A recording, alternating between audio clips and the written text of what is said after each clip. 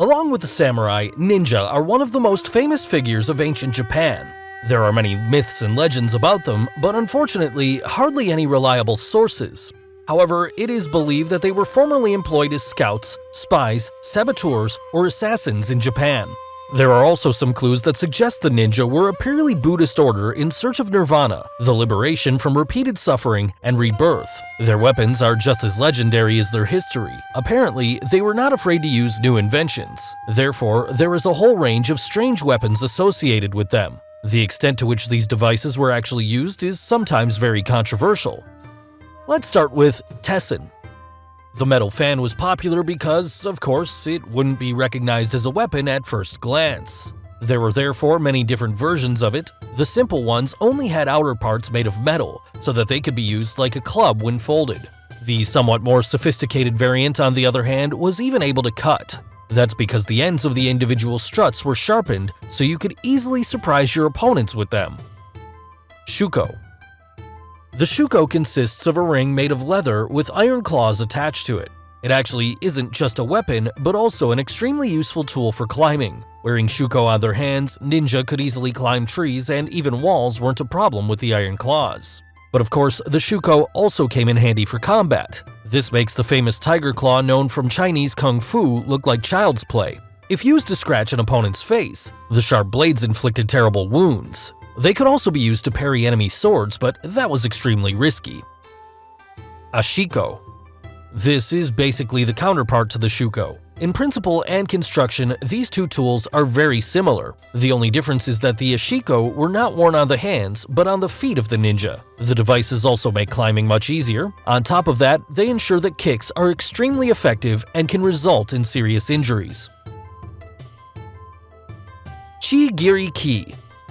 This was an extremely simple weapon. It was originally developed by farmers to defend themselves against attackers and worked similar to a flail used in agriculture. They simply attached a chain with an iron weight to a stick so that the weapon had a significantly higher impact than the usual flail with a wooden weight. A very similar weapon was also used in Europe during the Middle Ages.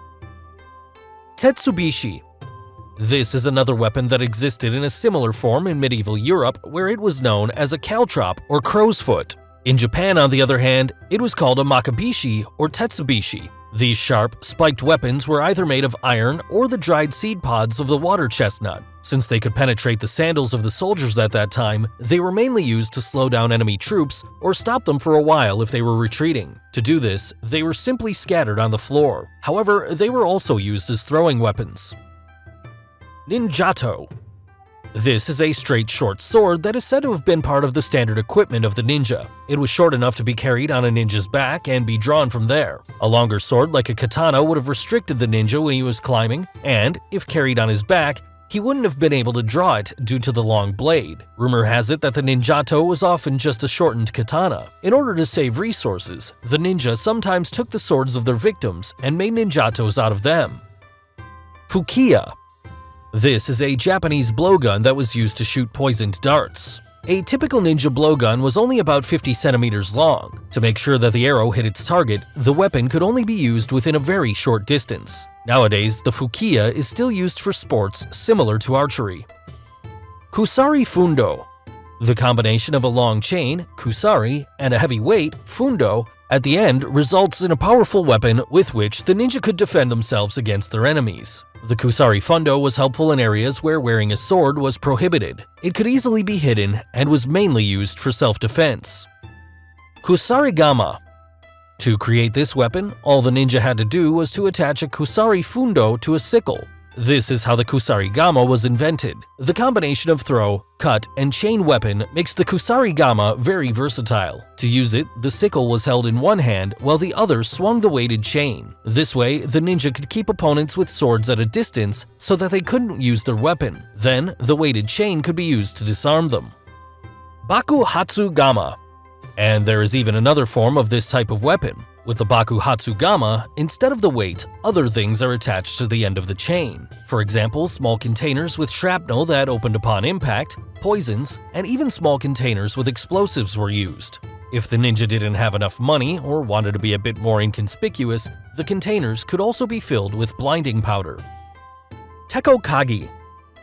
These were fearsome iron claws that could perform various tasks. They looked like a bear's paw and were probably made from sickles or similar objects of utility. They could not only be deployed to attack opponents, but were also well suited to parry blows and disarm opponents. Shuriken. This term includes all short Japanese throwing weapons, and not just the well-known ninja stars. Actually, this weapon exists in surprisingly many shapes, from stars to swastika and from bolts to ordinary knives. The shuriken were carried in hidden pockets in the ninja's jackets or pants. Sometimes they were even smeared with poison so that in case the enemy survived the injury itself, he would still die of poisoning or infection. However, the weapon only had a range of a few meters to inflict real damage, which is why it was mainly used to stop pursuers by showering them with shuriken. Metsubushi. This was a kind of powder that was used to blind opponents. It usually consisted of ash, pepper, dirt, and flour. In order to cause real damage, fine ground glass could be mixed into it as well. The powder was kept in hollow eggs, bamboo tubes, or other small containers. It was deployed to blind attackers and flee from them. Kakute. This ring was usually worn on the middle finger so that the spikes were hidden in the hand. Especially female ninja, the kunochi, preferred this weapon. Sometimes the spikes were also dipped in poison. The weapon could be used to attack an enemy when he least suspected it. For example, by suddenly scratching his face or slitting his throat. The rings were also well suited as climbing aids. Shiko Mizue. The next weapon is a hidden sword. It looks like a walking stick and was mainly used during the Meiji era when carrying swords was prohibited. It was also worn by government officials and samurai who disagreed with the ban but did not want to be punished. Sai. The sai looked like a fork or trident, but the prong in the middle was 3 times as long as the other 2. They were mostly used in pairs. This way, they were great weapons for a lot of different techniques. In addition to parry, stab, blow, and thrust techniques, disarmament techniques could be used as well. This way, the sword of the opponent could be intercepted and broken with a targeted blow under tension. A third sai was often worn on the body. It mainly functioned as a backup so the ninja could throw one sai at the enemy and still fight with 2 weapons.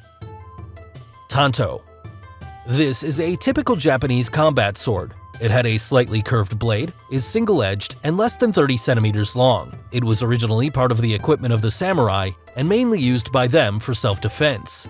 But the ninja seemed to have taken a fancy to it as well. After all, it was perfect for assassinations. There were many different forms of tanto. They were also used for ritual suicide, seppuku. Kagi Nawa. This grappling hook was attached to a 10-meter-long rope and used as a tool to climb walls or secure boats. It was used by all kinds of soldiers, the samurai, and the ninja. Even though it was intended as a tool, it could of course also be used as a weapon. Shikoro.